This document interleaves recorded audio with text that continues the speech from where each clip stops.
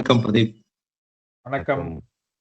மக்களாகிய நாம் யூடியூப் சேனல்ல ஒரு சின்ன கேப்புக்கு அப்புறம் வீடியோ போட்டிருக்கோம். எல்லாரும் கொஞ்சம் பர்சனலா அவங்களுடைய ஒர்க்ல கொஞ்சம் பிஸி ஆயிட்டதுனால தொடர்ந்து வீடியோ போட முடியல. முடிஞ்ச அளவுக்கு சீக்கிரம் வீடியோ போட முயற்சிக்கிறோம்.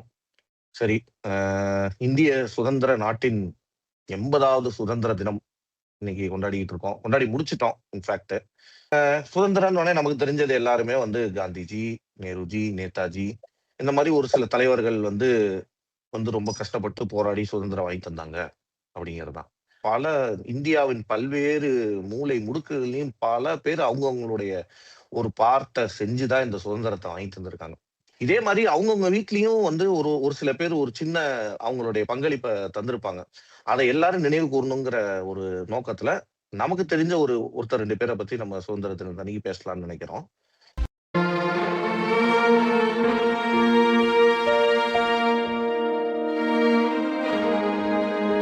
இன்னைக்கு நம்ம பேச போறது வந்து நம்ம எல்லாருக்குமே தாத்தா. அதாவது எங்க அப்பா வழியில எங்க அப்பாவோட பெரியப்பா, அப்பாவோட அப்பா.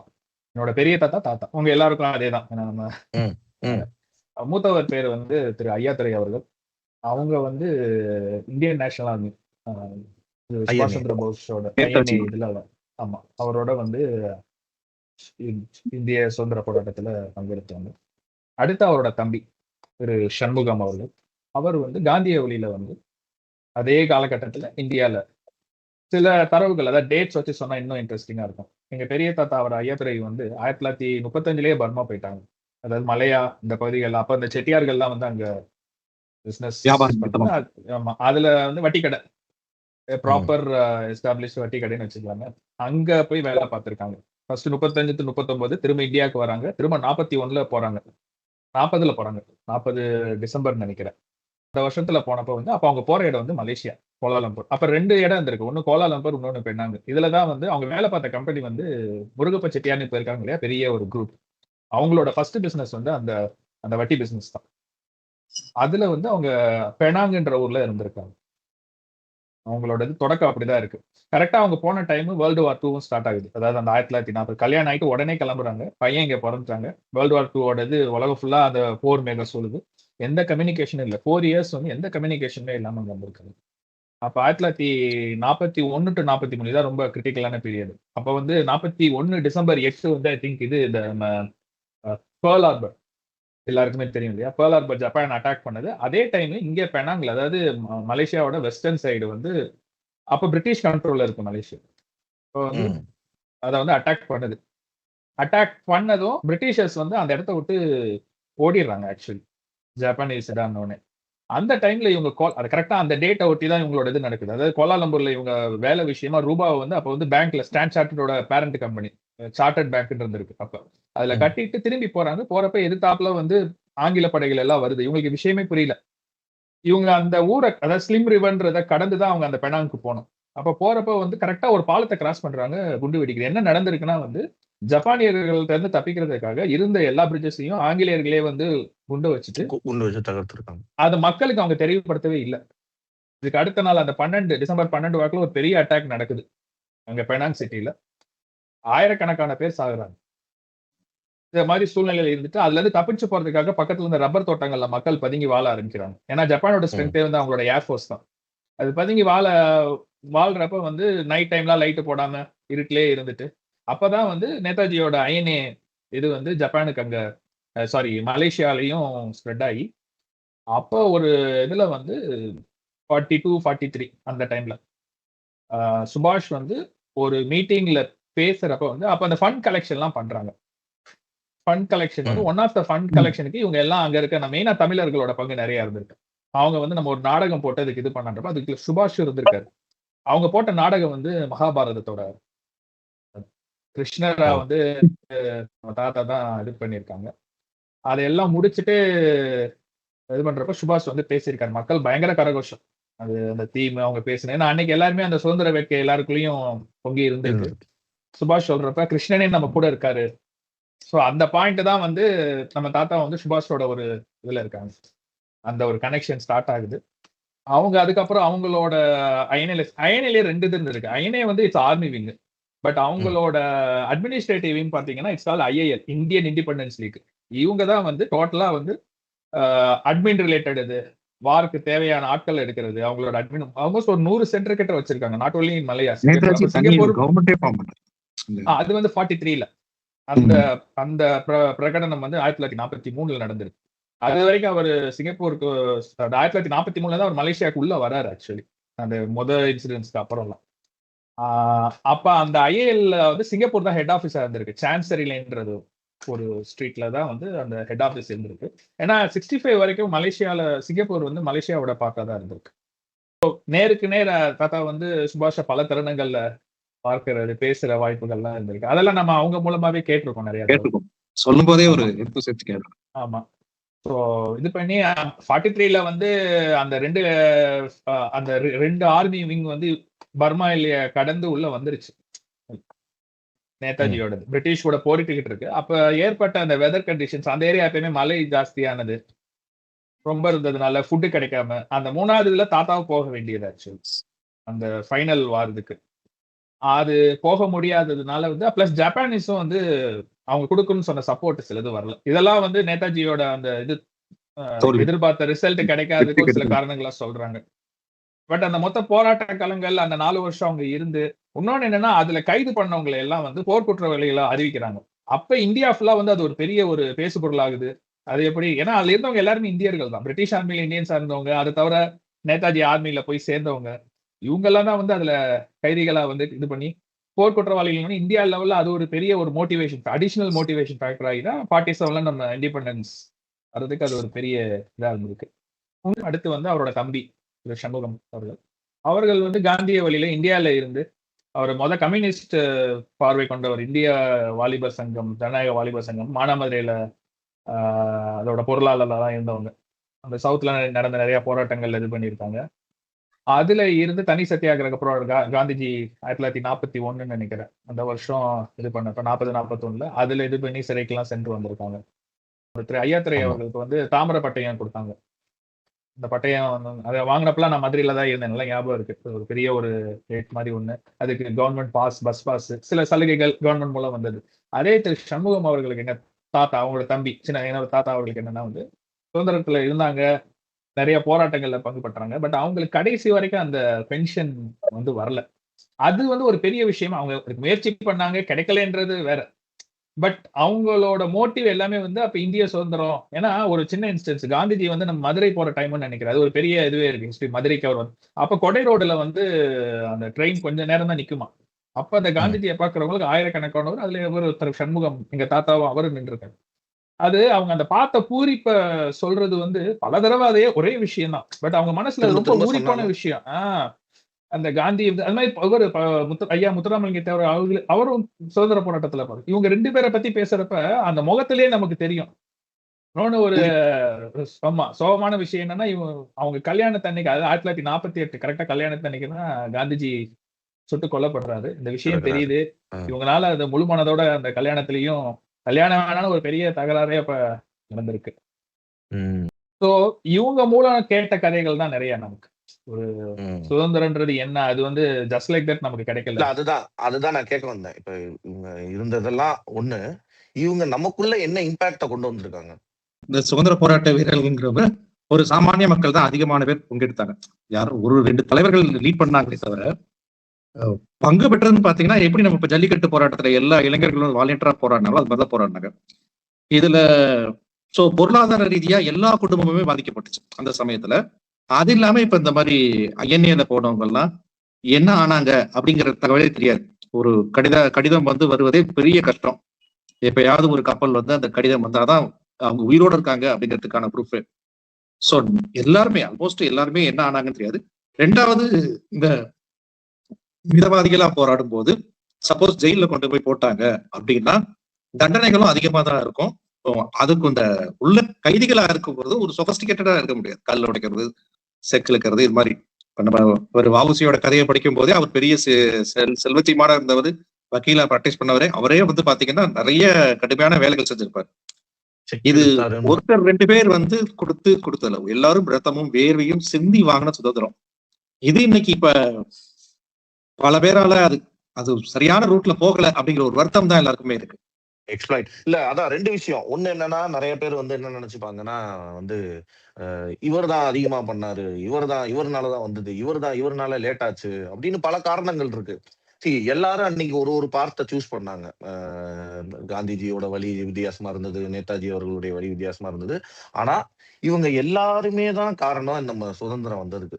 அண்ட் மோர் ஓவர் வந்து இன்னைக்கு அப்படி இருக்கிற அம்பேத்கரா இருக்கட்டும், இல்ல வந்து வ.உ.சி.யா இருக்கட்டும், இல்ல வந்து ஏகப்பட்ட தலைவர்கள், பால திலகரா இருக்கட்டும், பட்டேலா இருக்கட்டும். பட்டேல்லாம் வந்து உங்களுக்கு நம்ம சொன்ன மாரி சுதந்திரம் வந்துருச்சு. அதுக்கப்புறமும் போராடிக்கிட்டு இருந்த பல கண்ட்ரில வந்து சின்ன சின்ன மாகாணங்கள வந்து இணைச்சு கொண்டு வந்ததுல அவருடைய வேலை. 1947க்கு அப்புறம் வந்து 540 பிரின்ஸ்லி ஸ்டேட்ஸ் இருந்தது அந்த டைம்ல. எல்லாரும் ஒரு மாதிரி வழிக்கு வந்துட்டாங்க. கடைசியில நிஜாம், ஹைதராபாத் நிஜாம் வந்து பிரச்சனை பண்ணி அது Patel as a defence minister வந்து அவர் தான் அதை ஃபுல் கண்ட்ரோலுக்கு கொண்டு வந்தது. ஸோ நீங்க சொன்ன பாயிண்ட் ரொம்ப இது. இந்த தலைவர்கள் வந்து அப்ப போராடினவங்களோட லட்சியம் நோக்கம் ஒண்ணுதான், இந்திய சுதந்திரம். ஒருத்தர் அஹிம்சா, இன்னொரு வந்து ஆயுதம் ஏந்திய போராட்டம், இப்படி இது பண்ணாங்க. பட் அவங்களுக்குள்ள வந்து அவங்க மனங்கள்ல வந்து கட்டாயம் மத்தவங்களை பத்தி ஒரு கீழ்மையான எண்ணங்கள் வந்து இருந்திருக்காது. ஆனா பின்காலங்கள் அதான் ஒப்பீனியன் டிஃபரன்ஸ் இருந்திருக்கலாமே தவிர இவர் கீழே இவர் மேலன்ற எண்ணம் அவங்களுக்குள்ள கண்டிப்பா இலக்கு ஒன்றுதான். அதுதான். ஆனா இன்னைக்கு அவங்களுக்கு பிற்காலத்துல வந்து நம்ம ஏதோ ஒரு ஜாதிய தலைவரா வந்து அம்பேத்கரை சரி, இல்ல வ.உ.சி.ய சரி, இல்ல முத்துராமலிங்க தேவரை சரி, எல்லாரையும் ஒரு சொல்லுங்க நேதாஜியுமே வந்து சரி. சுதந்திர தினத்தை பத்தி பேசிட்டோம். நம்ம தமிழ்நாட்டுல ஒரு 50 வருடம், ஏறத்தாழ 50 வருடம் கழித்து திமுக, அதிமுக அல்லாத ஒரு கட்சி வந்து அந்த கட்சியோட முதல்வர் வந்து கொடி ஏத்திருக்காரு. அத பத்தி என்ன நினைக்கிறீங்க? எப்படி இருந்தாரு? பேசின பாயிண்ட் வந்து லஞ்சம் இல்லாத ஒரு அரசு அமையணும் அப்படின்றது அதுக்குரிய முன்னெடுப்புகள்ல இருக்கும். அதுக்கு மக்களும் அரசு அலுவலர்களும் அதுக்குரிய சப்போர்ட் கொடுக்கணும்ன்றது. ஏன்னா இப்ப ஒரு 100 நாள் ஆயிருச்சு. ஆக்சுவலி ஆட்சி அமைச்சு 100 நாள் ஆக போகுது. நீங்க அதை ஃபீல் பண்றீங்களா? டே டு டே லைஃப்ல உங்க ஃப்ரெண்ட்ஸ் சர்க்கிள்ல உண்மையிலேயே அந்த மாதிரி எது டிஃபரன்ஸ் தெரியுதா? முற்றிலுமா குறைஞ்சிச்சா அப்படின்னு கேட்டீங்கன்னா அது இல்லைன்னு தான் சொல்லணும். அது ஆனா ஒரு குறையறதுக்கான பாசிபிலிட்டிஸ் இங்க ஸ்டார்ட் ஆயிடுச்சு. ஆனா அந்த சிம்டம்ஸ் இருக்குல்ல. இப்ப நம்ம எக்ஸ்பீரியன்ஸ் பண்றத வச்சு சொல்றோம். இப்ப நமக்கு தெரிஞ்சவங்கள இப்ப என் ஃப்ரெண்டு ஒருத்தர் வீடு ரெஜிஸ்டர் பண்ணாரு. அந்த இடத்துல வந்து இதுக்கு முன்னாடி நம்ம வீடு ரெஜிஸ்டர் பண்றப்ப என்னென்ன இதெல்லாம் இருக்கும், எவ்வளவு கொடுக்கணும்ன்ற மாதிரி விஷயங்கள்லாம் இருக்கும். இன்னைக்கு அதெல்லாம் வந்து இல்லாம ரொம்ப ஸ்மூத்தா குடுக்கறத குடுங்கன்ற ரேஞ்சுக்கு வந்திருக்காங்க குறைஞ்சபட்சம். அதே மாதிரி எல்லா இடத்துலயுமே ஒரு என்ன சொல்றது, இந்த ஆர்டிஓ ஆபீஸ்லயும் சரி, முக்கியமா 2 ஆபீஸ், ஆர்டிஓ ஆபீஸ், இன்னொன்னு வந்து ரெஜிஸ்ட்ரேஷன் ஆபீஸ்.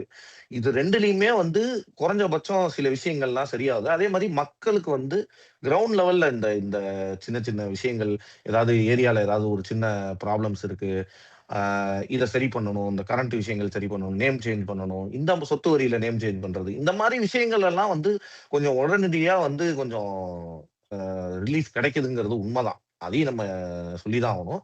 பட் அகைன் நீங்க சொல்ற மாதிரி சில இதுலயும் காசு அடிக்கிறவங்க அடிச்சுட்டு தான் இருக்காங்க. பட் இது வந்து ஒரு 40-50 வருஷமா ஊறி போன ஒரு விஷயம். ஏன்னா அவர்கிட்ட காசு கொடுப்பா கரெக்டா பண்ணிடுவாரு அப்படின்றத வந்து ஒரு நார்மலைஸ் பண்ணியாச்சு. நம்ம ஏற்கனவே ஒரு ஆபீஸ்ல யாரோ ஒருத்தன் லஞ்சம் வாங்குவான், அவன் இல்லீகலா செய்யறதுக்கு அந்த லஞ்சமே வாங்குவான். இப்ப அது எப்படி மாறுச்சுன்னா லீகலா செய்யறதுக்கு லஞ்சம் கொடுக்குறன்ற மாதிரி வந்துருச்சு. இல்ல ஆனா ஜெனியூனா ஒரு எனக்கு தெரிஞ்சு ஒரு முதல்வர் வந்து அது நேம்காக வந்து சும்மா ஒரு நாள் பேசுவோன்றதுக்காக பேசாம திரும்ப திரும்ப ரீஇன்ஸ்டேட் பண்ணிக்கிட்டே இருக்காரு. லஞ்சம் வாங்க மாட்டேன், காசு வாங்க மாட்டேன்றத திரும்ப திரும்ப சொல்லிட்டே இருக்காரு. நீங்க மக்களும் நீங்களும் தான் வந்து எனக்கு வந்து ஹெல்ப் பண்ணணும், என்ன வந்து கொஞ்சம் கைட் பண்ணுங்க, சப்போர்ட் பண்ணுங்கன்றாரு. நல்ல விஷயம். இத வந்து ஸ்டேட்மெண்ட்டை வந்து ஒரு புது மேடையில பொது தளத்துல சொல்றது வந்து அது ஒரு முதல்வர் வந்து சொல்றது இப்பதான் நான் முறையா பாக்குறேன் எனக்கு தெரிஞ்சு. அதுவே ஒரு பெரிய விஷயம் தான். அது மக்களும் அதுக்குரிய ஃபுல் சப்போர்ட்டை கொடுப்பாங்கன்னு எதிர்பார்க்கலாம். மெயினா கூட இருக்கிறவங்க, ஏன்னா இந்த சட்டசபை நிகழ்வுகள்லாம் நம்ம பார்க்கிறோம் இல்லையா? ஆக்சுவலி 2 இது இருக்கு சட்டசபை. இதை பொறுத்த வரைக்கும் மேபி டிஎம்கே ஏடிஎம்கேக்கு வந்து ஒரு என்ன இருக்கு, இவங்க எல்லாம் புதுசா வந்திருக்காங்க, ஈஸியா இவங்களை ஹேண்டில் பண்ணலாம்னு நினைச்சிருக்கலாம். ஆனா ஆர்குமெண்ட் சிலது வந்து இன்ட்ரெஸ்டிங்கா போகுது. அவங்க கேட்கறதுக்கு இவங்களோட பதில்கள் எல்லாமே நல்லா போகுது. ஆனா சில சமயங்கள் லைக் இந்த ஒரு திரு மரியன் வில்சன் பேசுனது, ஏன்னா நம்ம இந்த ஜாதி மதங்கள் எல்லாம் உடைச்சு வந்திருக்கோன்றோம். அப்ப வந்து அது ஒரு தமிழ நல்லா பேசுங்க அப்படின்னு சொல்றாரு. அவரு ஒரு பணிவான முறையில தான் சொல்றாரு. அந்த டிஎம்கே அவரு ரொம்ப பொலைட்டா தான் சொன்னாரு. ராஜேந்திரன் நினைக்கிறேன் அவர் பேரு. ஆமா. இவர் அதுக்கு கொடுத்த அந்த நாள் கொடுத்த விளக்கம் வந்து தேவையே இல்ல. கிறிஸ்துவம் வந்து ரொம்ப அன்பு மொழியே அன்பை போதிக்குது. தமிழ் படிச்சவங்களுக்கு கூட அது தெரியாதுன்னா அது தமிழ சிறுமைப்படுத்துற மாதிரி ஆகுது. ம். மத ரெஃபரன்ஸ் தேவையில்லை அந்த இடத்துல. ஈவன் திரு ஜேசிடி பிரபாகரன் வந்து அவரோட இந்த உரை சபாநாயகரா பொறுப்பேற்று சில பைபிள் வசனங்களை சொன்னாரு. அதையும் சில பேர் வந்து கேள்வி கேட்டாங்க. பட் அது எனக்கு தப்பா தெரியல. அதாவது ஒரு நம்பிக்கை ஒரு இதா சொல்றாரு. ஈவன் விஜய் அவர்கள் சிஎம் அவர்கள் வந்து அவரோட டெஸ்க்ல அந்த கிராஸ் வச்சிருந்ததே சொன்னாங்க. அது எனக்கு தப்பா தெரியல. ஆனா இவர் பேசின இந்த மரியா வில்சன் பேசினது வந்து தவிர்த்திருக்கலாம் அதை.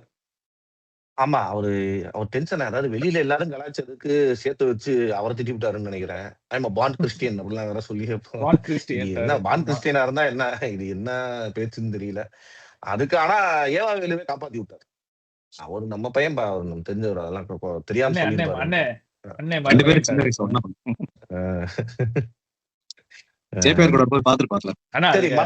இன்னொரு எப்படி இருந்தது சட்டசபை 2 வாரம் ஆல்மோஸ்ட் ஓடுச்சு. எப்படி இருந்தது உங்களுக்கு? ஜேசிடி பிரபாரை பத்தி ஒரு ஒரு 2 வரி நம்ம சொல்லணும் இல்லையா? அவரு இந்த எனக்கு அந்த ஸ்கூல் ஹெட்மாஸ்டர் ஃபீலிங்கே இருந்தது அவரை பாக்குறதுக்கு. எல்லாரையும்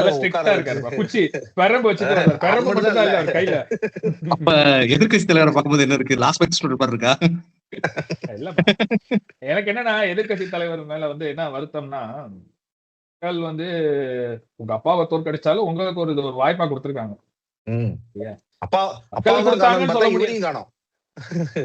இல்ல இவருக்கு வந்து எதிர்கட்சி தலைவர்ன்றது ஒரு வாய்ப்பா வந்து அந்த திமுக குடும்பம் திமுக வந்து உருவாக்கி கொடுத்திருக்காது. எவ்வளவு பெரிய ஒரு பதவி. ஒரு முதலமைச்சர் வந்து வணக்க வைக்கிறப்ப திரும்பி வணக்க வைக்கிறதுல உங்களுக்கு என்ன குறைஞ்சு போயிருக்கு? ஏன்னா அத இல்ல நீங்க மட்டும் மத்தவர்களா ஜென்சிங்கிறீங்க, நாங்க ஜென்சியா இருக்கக்கூடாதா? இல்ல எனக்கு என்னன்னா, அவர் தானே வந்து இந்த கைது நடவடிக்கைகள் என்ன சொன்னாரு, நல்ல குடும்பம், எங்க அப்பா அம்மா என்னை அப்படி எல்லாம் வளர்க்கலன்னாரு. அப்ப அப்பா அம்மா சொல்லு பாரம்பரியம்னா தாத்தா சொல்லி கொடுக்கலையா, அப்பா அம்மா இதெல்லாம் சொல்லி கொடுக்கலையா, அந்த ஒரு கேள்வி வருமா இல்லையா? முதல்வருக்கும் இந்த காணொலி மூலமா ஒரு சொல்ல விரும்புற விஷயம் என்னன்னா, முதல்வராகட்டும் எதிர்கட்சி தலைவராகட்டும், நீங்க எல்லாம் ஒரு பெரிய பொறுப்புல பல பேர் உங்களை ஃபாலோ பண்ற, கோடான கோடி பேர் உங்களை ஃபாலோ பண்ணிட்டு இருக்காங்க. சோ நீங்க உங்களோட லாங்குவேஜ்லயும் உங்களுடைய நடத்தைகள்லையும் எப்பயும் ஒரு கவனத்தோட இருக்கணும். ஏன்னா உங்களை பார்த்து ஃபாலோ பண்றவங்க அதிகம். சோ உங்களுக்கு ஒரு கூடுதல் பொறுப்பு இருக்கு. இப்ப நீங்க இந்த கட்சிக்கே வராம, இவர் இந்த முதல்வர் ஆகாமலாம் அவர் எதிர்கட்சி வராம இருந்து அவர் எப்படி பேசினாலும் என்ன பண்ணாலும் அது பெரிய இம்பாக்ட் கொடுக்காது. இது சமூகத்தை வழிநடத்தக்கூடிய ஒரு பொறுப்பு. அப்படிங்கும்போது அந்த பொறுப்பு ஒன்று தான் செயல்படும். முதல்வருமே கரூர்ல பேசும்போது சில வார்த்தைகள் தவிர்த்திருக்கலாம். அதுதான் என்னோட கொள்கை. உதயநிதி அவர்களும் இந்த மீட்டிங்ல பேசும்போது யார் ப்ரோவ் பண்ணாங்க நீங்க இந்த மாதிரி சில வார்த்தைகளை தவிர்க்கணும். அதெல்லாம் இல்ல, இது அவங்களுக்கு இது எப்படி சொல்றதுன்னு தெரியல. இது வந்து ஒரு சிவாஜி சென்சியா இருக்கும் அப்படிங்கிறதுக்காக நாகரிக அரசியலை விட்டு கொடுக்கணும்ன்ற மாதிரி எல்லாம் அர்த்தம் எப்பயுமே கிடையாது. நாகரிக அரசியல் அவரு நீங்க அருவருப்பான மொழி அது. இதுல வந்து மூடி மறைக்கலாம் ஒண்ணுமே கிடையாது. நம்ம வீட்டுல உட்காந்துட்டு பொம்பளை பிள்ளைகளை வச்சுட்டு நம்ம பிள்ளைகளை வச்சுட்டு பேச முடியுமா? அதுக்கெல்லாம் வந்து முட்டே கிடையாது. நம்ம இது இந்த இவரு இன்னைக்கு நயினார் நாகேந்திரன் நேத்து இது ஒரு பேட் எக்ஸாம்பிள். எதா இருந்தாலும் அது எப்படி ஒரு பொண்ணு கிட்ட போய் அது என்ன பழக்கம்? அது அந்த பொண்ணு யாரா வேணாலும் இருக்கட்டும், அது அம்மாவா இருக்கட்டும், அது ஃப்ரெண்டா இருக்கட்டும், அது ஒய்ஃபா இருக்கட்டும், நீ எதுக்கு ஒரு இடத்துல ஒரு பொண்ணை இழுத்துட்டு வந்து நடுவுல விடுறீங்க? ஒரு பிரச்சனை இல்ல, அந்த பொண்ணுக்கும் என்ன சம்பந்தம் இருக்கு? என்ன சம்பந்தம்?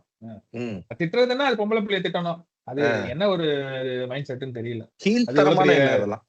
தலைவர்கள் இருந்துட்டு எல்லாம் திருத்திப்பாங்கன்னு நம்புவோம். இதுக்கு மேல வேற என்ன சொல்ல முடியும் நம்ம? சரி, இப்ப வேற எப்படி 100 நாள் கிட்டத்தட்ட வந்துருச்சு கவர்மெண்ட். ஆமா, 100 நாள் ஆயிடுச்சா? ஆயிடுச்சு. 100 நாள் 2 நாள் இருக்குன்னு நினைக்கிறேன். அதான் ராஜேஷ் நீங்க சொன்ன பாயிண்ட் தான். அதாவது அரசு அலுவலகங்கள்ல நான் பேசின வரைக்கும் ஃப்ரெண்ட் சர்க்கிள்ல சில இது வந்து இதுக்கு முன்னாடி அட்லீஸ்ட் பயந்து வாங்காம இருக்காங்கன்னு கூட சொல்லலாம். மக்கள் திருந்தி இந்தியன் தேர்தல் குத்திடுவாருலாம் இல்ல, இந்த குத்துறது வந்து அரெஸ்ட் மூலம் அந்த மாதிரி ஒரு ஃபார்ம்ல வர்றதுனால ஒரு பயம் இருக்கலாம். அரசு அலுவலர்கள் மாத்தல, ஐஏஎஸ் ஆபீசர் ஐபிஎஸ் ஆபீசர் வாங்கிட்டு இருந்தவங்க இன்னும் வச்சிருக்க வேலை பாக்குறோம்.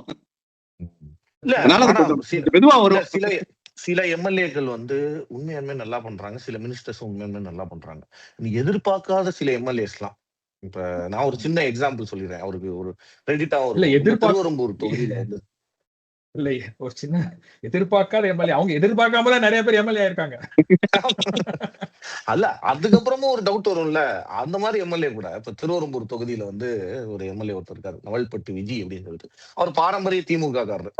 லாஸ்ட் மினிட்ல இங்க மாறி வந்தாரு. அவர் அந்த ஏரியா தான். அவரு நவல்பட்டுன்றது திருவெரும்பூர் இருக்கிற ஏரியா. ஜெயிச்சுட்டாரு, எம்எல்ஏ ஆயிட்டாரு மகேஷ் அவர்களை தோர்த்து. அவர் மேல எல்லாம் கொஞ்சம் என்னப்பா அப்படின்னு தான் இருந்தது. இன்னைக்கு அவர் வந்து உண்மையாலுமே நல்லா செயல்படுறாரு. ஒரு தெருவுக்கும் ஒரு வாட்ஸ்அப் குரூப் வச்சு, அதாவது அவங்க டார்கெட்டே ஒரு 4ல இருந்து 5 மணி நேரத்துக்குள்ளே ஏதாவது ஒரு சின்ன பிரச்சனை அதை தீர்க்கிறது. அந்த நம்ம வீட்டுல ஒரு வீட்லயும் எல்லாரையும் வாட்ஸ்அப்லாம் வந்து இது பண்ணி ஏதாவது ஒரு ப்ராப்ளமா அதை வந்து உடனே தீர்த்து விடணும் அப்படின்றத அவங்க பண்றாங்க. அது எஃபெக்டிவாவும் அதை பண்றாங்க. அந்த மாதிரி இங்க நிறைய இடத்துல நானும் கேள்விப்படுறேன். நிறைய பேர் நல்லா பண்றாங்கன்னு.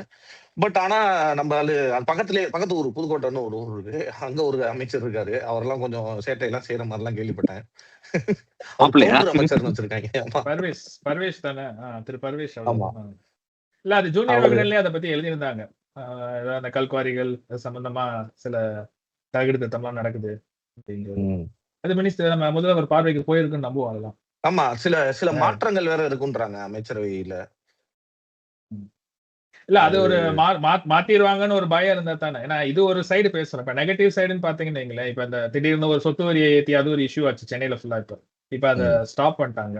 மேபி அது ஏத்துறது கரெக்டா இருந்தாலும் அது ப்ராப்பர் கம்யூனிகேஷன்ல ஏன் பண்ண போறோம், எதுக்கு அந்த ஒரு எக்ஸ்பிளனேஷன் இல்லாம போறதுன்றது மக்களுக்கு ஒரு அதிர்ச்சி தான். ஏன்னா 16 கான்ஸ்டிடுவன்சில 14 சென்னை தான் உங்களுக்கு கொடுத்துருக்கு. மேபி அடுத்த ஊராட்சி தேர்தல் வருது, அதுக்கு பயந்து கூட அவங்க நிப்பாட்டி இருக்கலாம். ஒரு எலக்ட்ரிசிட்டியில இருக்க கன்ஃபியூஷன், இபி ரீடிங்ஸ் நிறைய சொதப்பி இருக்கு, இந்த மாதிரி ஒரு confusion. So 3 months is very early. But wait பண்ணி பார்ப்போம். உண்மையிலேயே முதல்வரோட இன்டென்ஷன் உண்மையானதா இருந்து அதுக்கு மற்ற அமைச்சர்கள், எம்எல்ஏக்கள், அலுவலர்கள் எல்லாரும் அதுக்கு சப்போர்ட் பண்ணா இந்த மாற்றம் இன்னும் பரவலாக்கப்படும். தமிழ்நாடு ஃபுல்லாவே இது ஒரு நல்ல ஒரு குட் சேஞ்சா இருக்குன்னு நம்ம நம்புவோம். நம்புவோம். அடுத்து இந்த எம்ஓஇ எல்லாம் பண்ணிருக்காங்களே, அதை பாத்தீங்களா? எல்லாம் இது ஆகட்டும். ஏன்னா நம்ம 15-20 நிமிஷம் தான் பேசுவோம். எம்ஓஇ பேசினா 2 நாள் ஆகும். அதனால அதை அடுத்த சாப்டர்ல வச்சுப்போம். ஆமா, இன்னைக்கு எம்ஓயு கம்பெனியா மாறணும், நடக்கணும் அப்படிங்கிறது எல்லாரோட ஆசை. அதை இன்னொரு வீடியோவா பேசுவோம். அதான் ஒரு சென்சிட்டிவா ஒரு எமோஷனலா ஒரு சுதந்திரம் அது ஆரம்பிச்சு அப்படியே அசம்பிளிக்குள்ள வந்து ஃபன்னா போயிருச்சு, ஜாலியா போயிருச்சு. இருந்தாலும் ஃபன்னா இருந்தாலும் சுதந்திரம்ன்றது திரும்ப ஒரு மெசேஜ். சுதந்திரம் வந்து ஈஸியா கிடைக்கல நமக்கு. அந்த சுதந்திரம் பல பேருக்கு கஷ்டப்பட்டு வாங்கி கொடுத்தது. சோ நம்ம எல்லாருக்குமே அதுல ஒரு பொறுப்பு இருக்கு. கண்டிப்பா உங்க வீட்லயும் இந்த மாதிரி உங்களுக்கு யாராவது ஒரு இன்ஸ்பிரேஷனலான வெளியில தெரியாத சுதந்திர போராட்ட வீரர்கள் நிறைய பேர் இருப்பாங்க. அப்படி யாராவது இருந்தாங்கன்னா அவங்கள பத்தி கமெண்ட் பண்ணி முடிஞ்சா அவங்கள பத்தி ஒரு 2 வரிகள்ல கமெண்ட்டும் பண்ணுங்கன்றதையும் கேட்டுட்டு. அமெரிக்கால வேலை பார்த்தப்போ ஒருத்தர் வேலை பார்த்தாரு. அவர் வந்து இந்த காசா இப்ப நடக்கல பாலஸ்தீனத்துல இருந்து வந்தவர். ஒரு நாள் கேஷுவல் டாக்ல சொன்னாரு, ஏதாவது பேசுறப்ப இந்த டிஸ்கஷன் வந்தது. அப்பா நாளைக்கு எதுனா நீ போறதுக்கு ஊர் இருக்குப்பா, எனக்கு ஊரே இல்லப்பான்னாரு. ஜஸ்ட் லைக் தட் ஒரு ஸ்டேட்மெண்ட் விட்டாரு. பட் அதுல இருந்த வழி வந்து கொஞ்சம் யோசித்து பார்த்தா நம்ம நினைச்சு கூட பார்க்க முடியல. நாளைக்கு போறதுக்கு உனக்கு ஊர் இல்லைன்னா எப்படி? ஸோ நமக்கு ஒரு தேசம் இருக்கு, ஒன்றுபட்ட தேசம் இருக்கு. ஸோ இந்தியர் அப்படின்ற ஒரு ஒற்றுமையை என்னைக்கு நிலைநிறுத்துவோம், அதை உணர்ந்து செயல்படுவோம். நன்றி, வணக்கம். வணக்கம்.